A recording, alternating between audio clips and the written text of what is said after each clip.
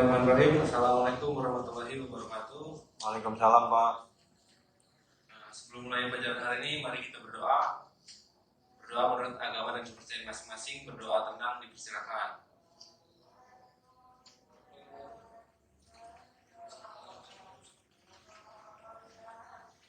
Berdoa selesai.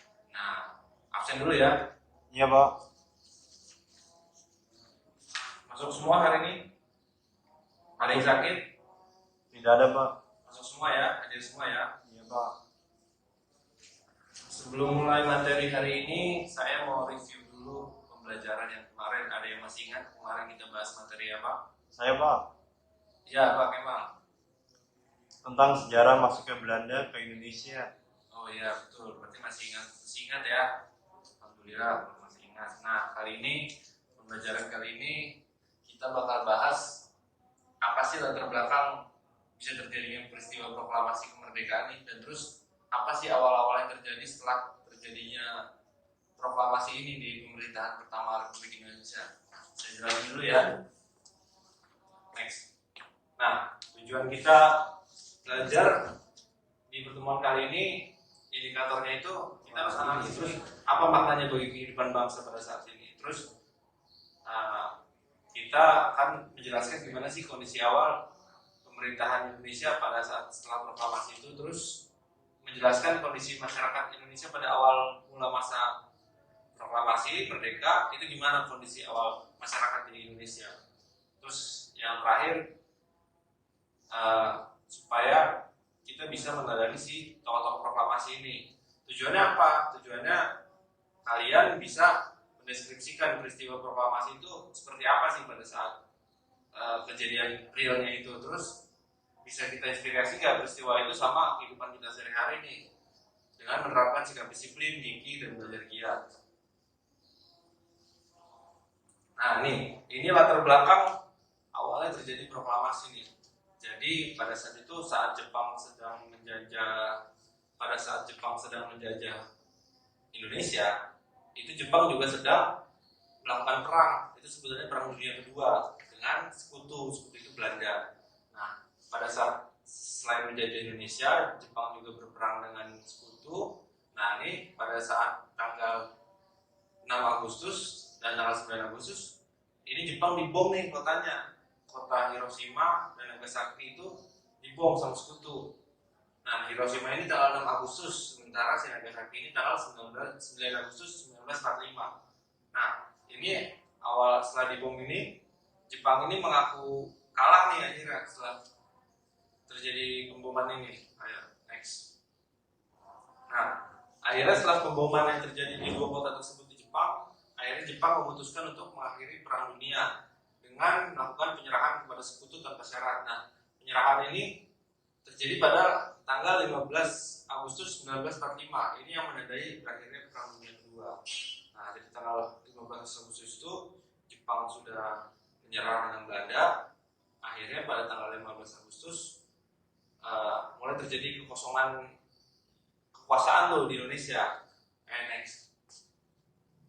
Nah, akhirnya pada tanggal itu si Jepang ini terpaksa memberi janji kemerdekaan kepada bangsa Indonesia. Terus Komando Tentara Jepang Wilayah Selatan pada bulan Juli 1945 menyepakati dan memberikan kemerdekaan Indonesia tanggal 7 September. Jadi pada saat bulan Juli ini tentara Jepang ini menyepakati, terus akhirnya kasih kemerdekaan setelah tanggal 7 September. Kita kan merdeka tanggal 17 Agustus. Nah, Jepang ini memberikan kesepakatan Indonesia kemerdekaan itu tanggal 7 September. Next. Nah, akhirnya pada tanggal 7 Agustus 1945, Jenderal Terauchi menyetujui pembentukan Dokuritsu Junbi Inkai atau Panitia Persiapan Kemerdekaan Indonesia yang disingkat PPKI yang kita kenal ya. Nah, ini tugasnya itu melanjutkan dari BPUPKI yang waktu itu kemarin pernah kita bahas ya, yang diketuai oleh Presiden Insinyur Soekarno dan wakilnya Dr. Andes Muhammad Hatta.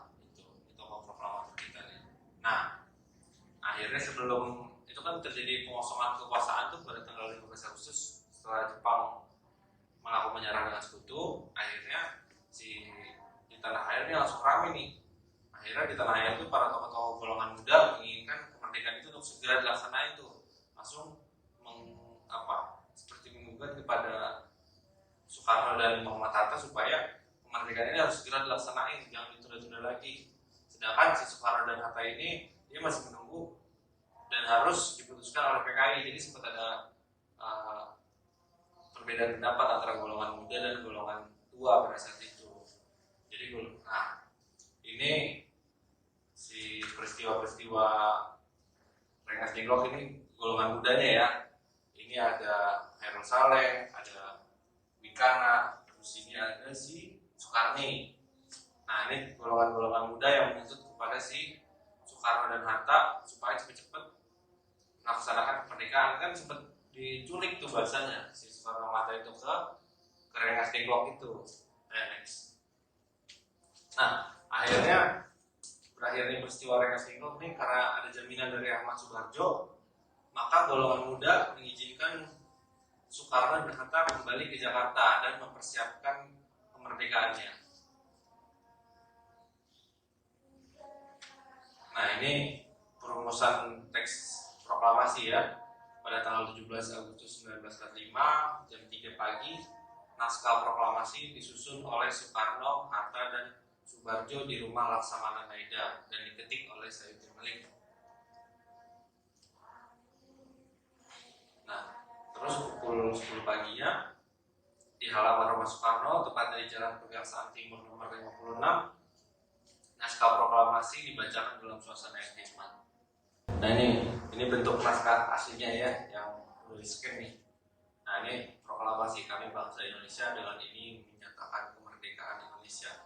Hal-hal yang mengenai pemindahan kekuasaan dan lain-lain diselenggarakan dengan cara seksama dan dalam tempo yang sesingkat-singkatnya. Jakarta, 17 bulan 8 tahun 1945, atas nama bangsa Indonesia, Soekarno, Hatta. Nah, ini berikut tokoh-tokoh proklamasi kita nih, bapak-bapak proklamasi kita. Ada bapak presiden pertama kita, Soekarno, terus ada bapak Hatta, ada Suhut, ada Suwiryo, Buwardi, dan lain-lainnya. Ini bisa kalian teladani perjuangan-perjuangan mereka sampai merdeka sampai saat detik ini. Alhamdulillah kita merdeka. Ya, sudah cukup ya untuk pertanyaan pada pertemuan kali ini ya. Saya rasa kalian sudah paham semua ya untuk pertemuan pada kali ini. Kalau gitu saya tutup materi pada pertemuan hari ini.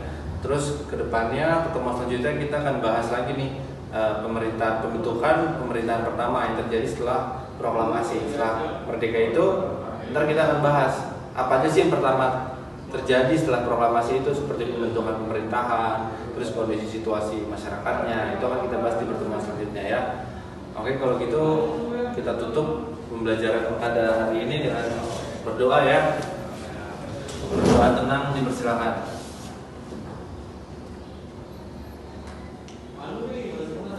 Berdoa selesai. Sekian. Wassalamualaikum warahmatullahi wabarakatuh.